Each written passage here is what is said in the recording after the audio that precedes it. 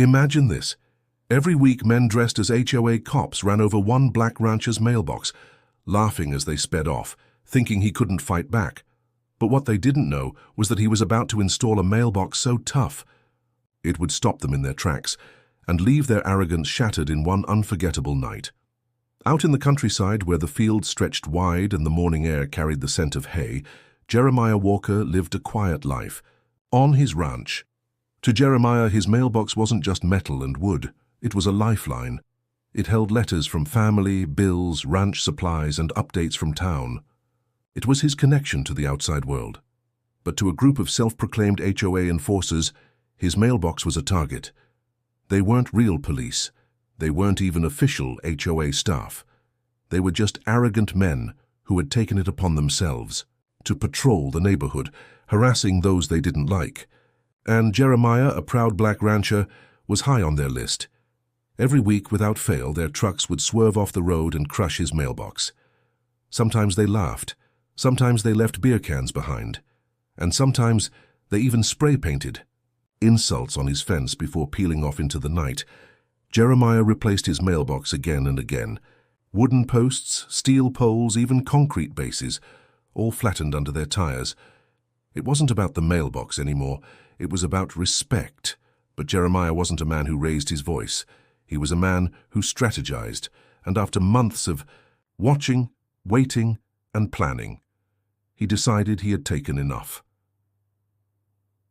The final straw came on a Sunday afternoon.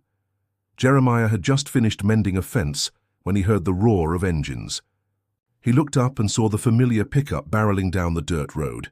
He knew what was coming. The truck swerved, tires screeched, and just like that, his mailbox, freshly replaced only 2 days earlier, splintered into pieces. The men inside whooped with laughter, their voices echoing in the open fields. One even leaned out the window to yell, "You'll never stop us, old man." Jeremiah stood there silent, his fists clenched, his jaw tight. He didn't shout. He didn't chase. He simply watched, and in that moment, he made up his mind. If they wanted to keep running over his mailbox, then he'd give them one they'd never forget. Jeremiah spent the next week quietly working on his project. He went into town, bought supplies, and drove home without saying a word to anyone. What he built looked like an ordinary mailbox from the outside, a simple steel box painted white with the red flag standing tall. But beneath the surface, Jeremiah had engineered something indestructible. He poured a concrete base 6 feet deep, reinforced it with rebar, mounted a thick steel post straight through the middle. Then he welded the mailbox onto the post, bolting it tight. To anyone driving by, it looked like any other rural mailbox, but in reality, it was a fortress. Neighbors noticed him working and asked what he was building. Jeremiah only smiled. "Just another mailbox," he said. But in his heart, he knew this wasn't just another anything. This was justice waiting to happen. It didn't take long. 2 nights later, Jeremiah sat on his porch sipping coffee under the glow of the porch light. The distant sound of engines rumbled closer. He set down his mug and waited. The truck appeared, headlights blazing, tires kicking up dust. Inside, the same men laughed and jeered, ready for another easy victory. They lined up, swerving toward the mailbox with full force. One of them shouted, "Say goodbye to your box, ranch boy." And then, impact. Only this time, it wasn't the mailbox that shattered. The truck's front end crumpled with a deafening crunch. Metal bent, glass shattered, and the entire vehicle jolted to a dead stop. The men inside were thrown forward, stunned and groaning. Jeremiah didn't move from his porch. He simply watched as their laughter turned into cries of panic. The once arrogant HOA cops stumbled out of the wrecked truck, holding their heads, staring at the mailbox that hadn't even budged an inch. One of them muttered, "What the hell?" Jeremiah finally stood, walked down his steps and approached. His voice was calm, steady. "Looks like my mailbox finally stood its ground." Police arrived not long after, called by neighbors who had heard the crash. When the officers saw the wreckage, they couldn't believe it. "Mailbox looks fine," one officer said, shaking his head. "Truck's totaled, though." The men, tried to spin their story, claiming Jeremiah had set a trap. But the officers weren't buying it. The truth was obvious. They had vandalized his property for months, and now their arrogance had caught up to them. Jeremiah explained everything. The repeated harassment, the destroyed mailboxes, the taunts. Neighbors backed him up, sharing what they had seen over the months.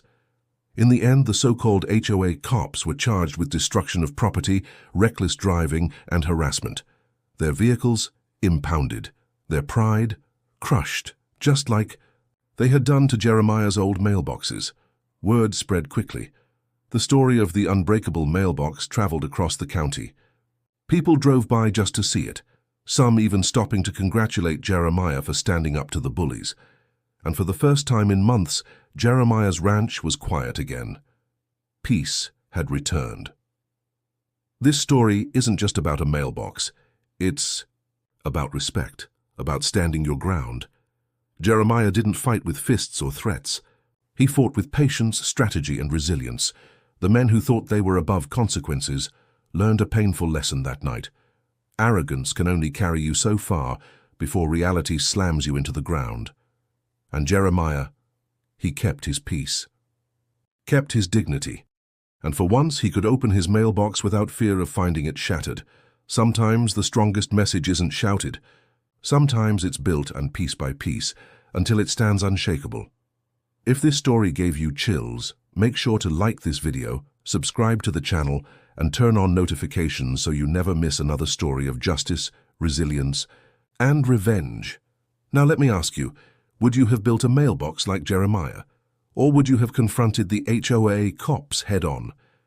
Drop your thoughts in the comments. I'd love to hear your take. And remember, sometimes the best revenge isn't loud, it's solid.